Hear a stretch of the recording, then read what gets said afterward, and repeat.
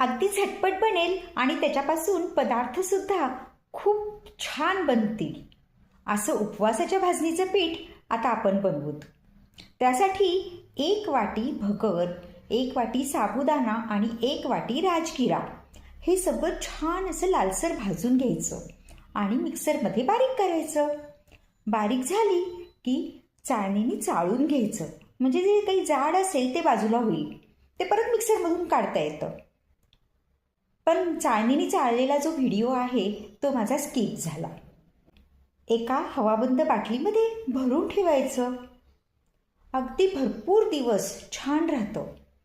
त्याच्यापासून तुम्ही थालपीठ, वडे, त्याचबरोबर तुम्ही डोसासुद्धा बनवू शकता, आहे की नाही?